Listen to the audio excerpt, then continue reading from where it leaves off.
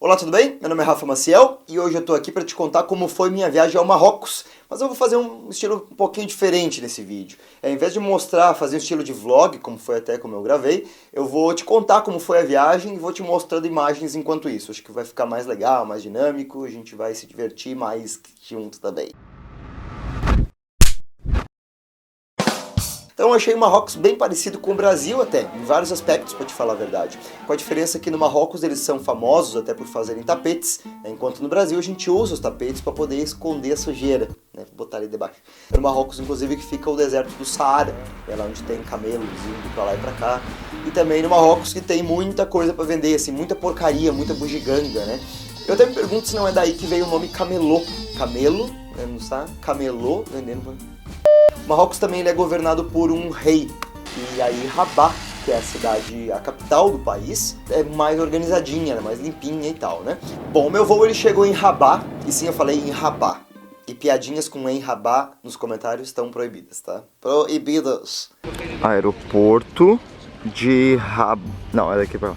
Aeroporto de Rabat. Mas enfim, eu peguei um ônibus aí quando eu cheguei no aeroporto até a estação central. Isso já era mais ou menos 9 horas da noite. E esse ônibus ele me custou 20 dirhams marroquinos, e não marroquinhos, como eu achei que fosse.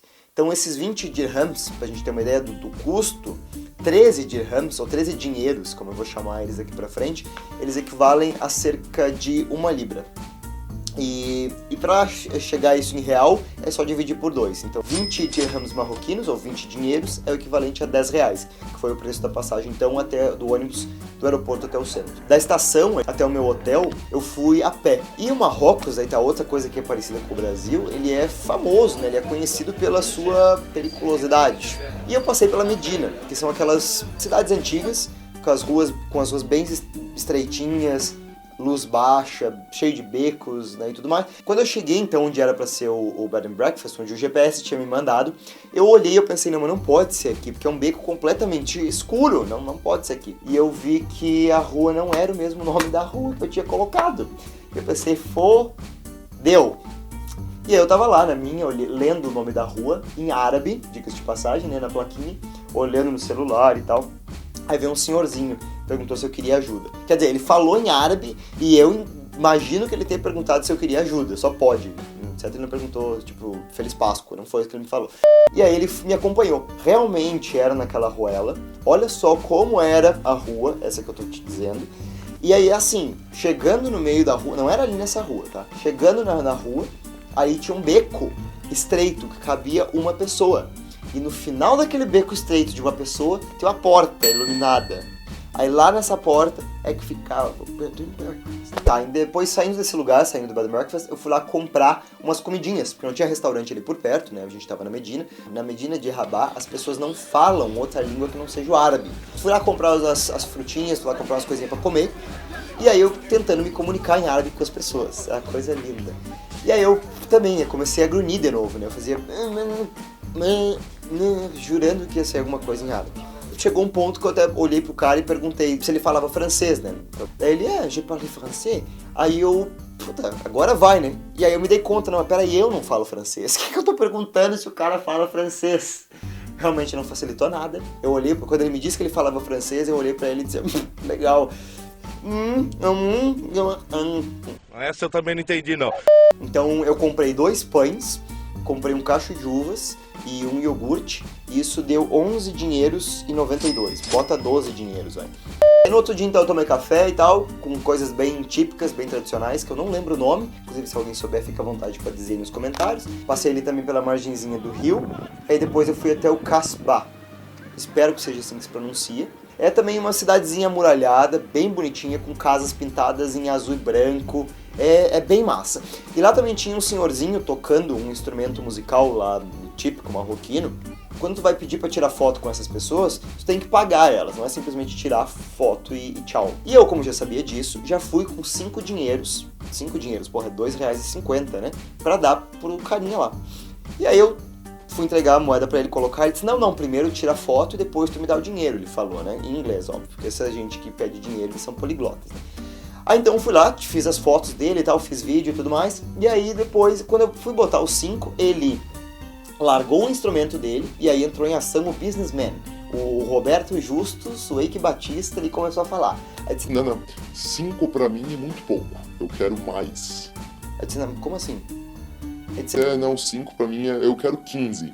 se tu quiser eu pago 5, eu disse pra ele. Daí eu fui botar os 5 e ele me deu um tapa na mão e disse, Não, 5 eu não quero, eu quero mais. eu disse, bom, então tá, então se tu não quer os 5 eu não vou te dar nada.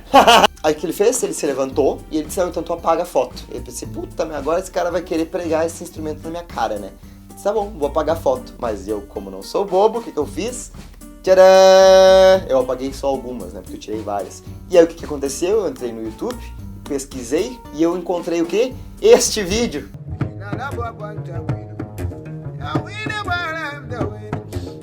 Tá bom. Depois se tu quiser eu vou te deixar o link também ali embaixo pra tu poder ver mais do carinha tocando. E depois eu fui até a estação e aí no caminho até a estação eu vi muita gente vendendo de tudo um pouco.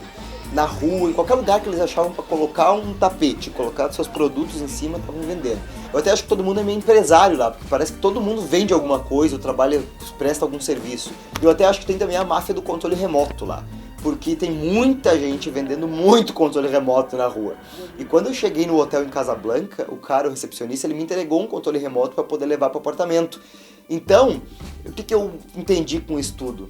Controle remoto é tipo, vale ouro naquela terra, porque as pessoas vendem bastante, tipo droga também, né? Tipo, olha o controle remoto aqui na minha mão. No caminho pra estação também eu vi um cara pegando o ônibus, mas não é assim, tipo uma coisa, pegando o ônibus, eu pego o ônibus todo dia. Mas não, pegar o ônibus no Marrocos é uma coisa diferente. Olha só como é que é. 12 seconds later.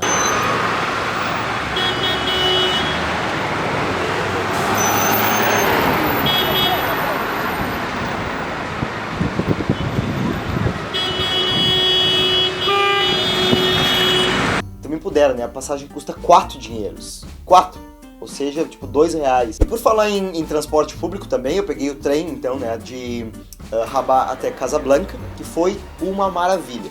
E esse trem, ele era muito moderno, tinha painéis, tinha 2 andares o trem, e o ticket muito barato, foram 35 dinheiros para fazer esse trechinho. Uma coisa legal também desse trem é que ele tinha ar-condicionado. E quando a gente fala de Marrocos, isso é uma coisa muito boa, porque é muito quente.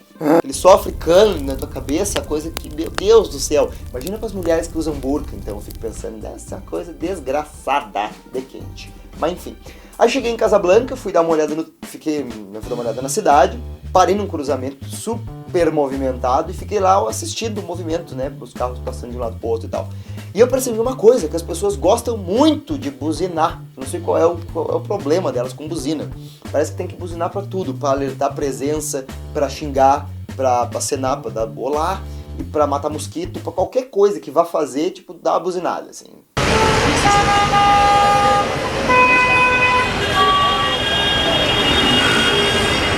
A buzina no Marrocos é tipo bocejo, assim, uma pessoa buzina, contagia, todo o resto tem que buzinar também. Eu imagino, na verdade, que seja porque é muito difícil de xingar em árabe.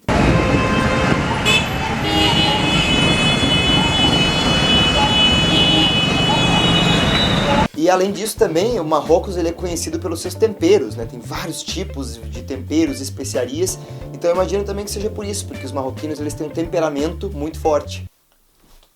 Piada boa! Também por falar em trânsito, uma coisa que é muito normal no Marrocos é tu dividir táxi com alguém.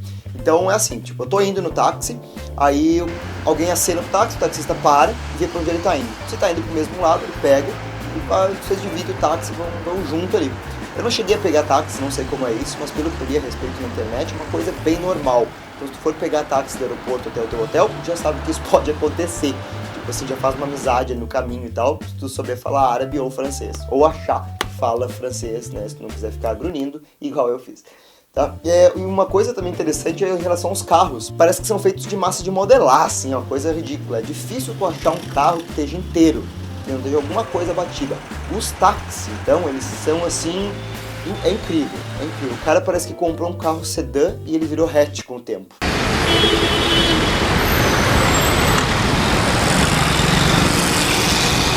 3 hours later. Can you move it along? I'm all out of time cards.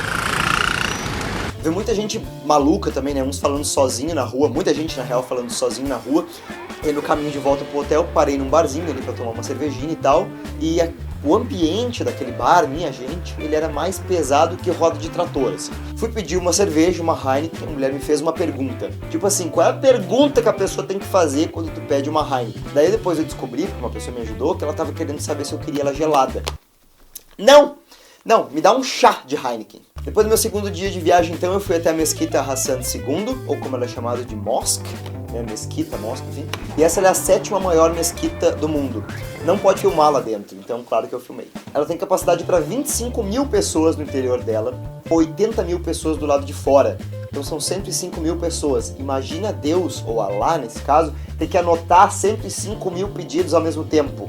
Como é que faz? A construção dessa mesquita, dessa mosque, envolveu mais de 12 mil pessoas e ela foi feita em 6 anos e olha só, em cima da água. Chupa Brasil! E ela foi feita ali em cima da água porque, segundo o Corão, o trono de Deus encontrava-se sobre a água. Então o tour na mosque, ele acontece 4 vezes por dia. Eu cheguei lá na volta de 11h30. Tinha saído um tour às 11 e o próximo era só às 2. Então eu tinha 2 horas e meia para ficar ali fazendo nada. Então eu fiquei lá caminhando pela mosque, ou seja, literalmente mosqueando. Nossa Senhora!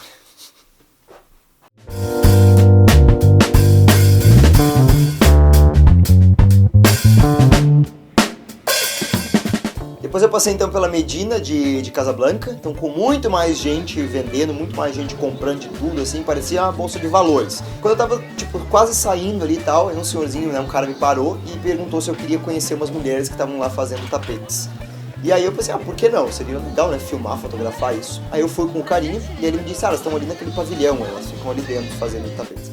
Aí eu pensei assim, né, quer saber, né, pensando bem, vou agradecer, você vai saber o que tá acontecendo lá dentro. Vai saber se eu não entendi errado o cara, em vez de falar fazendo tapete, ele falou fazendo boquete. Depois dali, então, eu continuei caminhando pela cidade, com muito calor, né, claro, e fui passear pela avenida principal, uma das principais de Casablanca, que é a Mohammed V. Mas aí eu errei o caminho e acabei caminhando tipo 3 km a mais, assim, porque é esse o tipo de coisa que eu faço numa viagem, me perco. Inclusive quem me acompanha pelo Snapchat viu que eu me perdi. Mas dessa perdida que eu dei, eu acabei encontrando um desses senhores. E o que é esses senhores, afinal de contas? Que a gente já foi pro Marrocos, até em Marrakech também, é bem normal ver esses caras.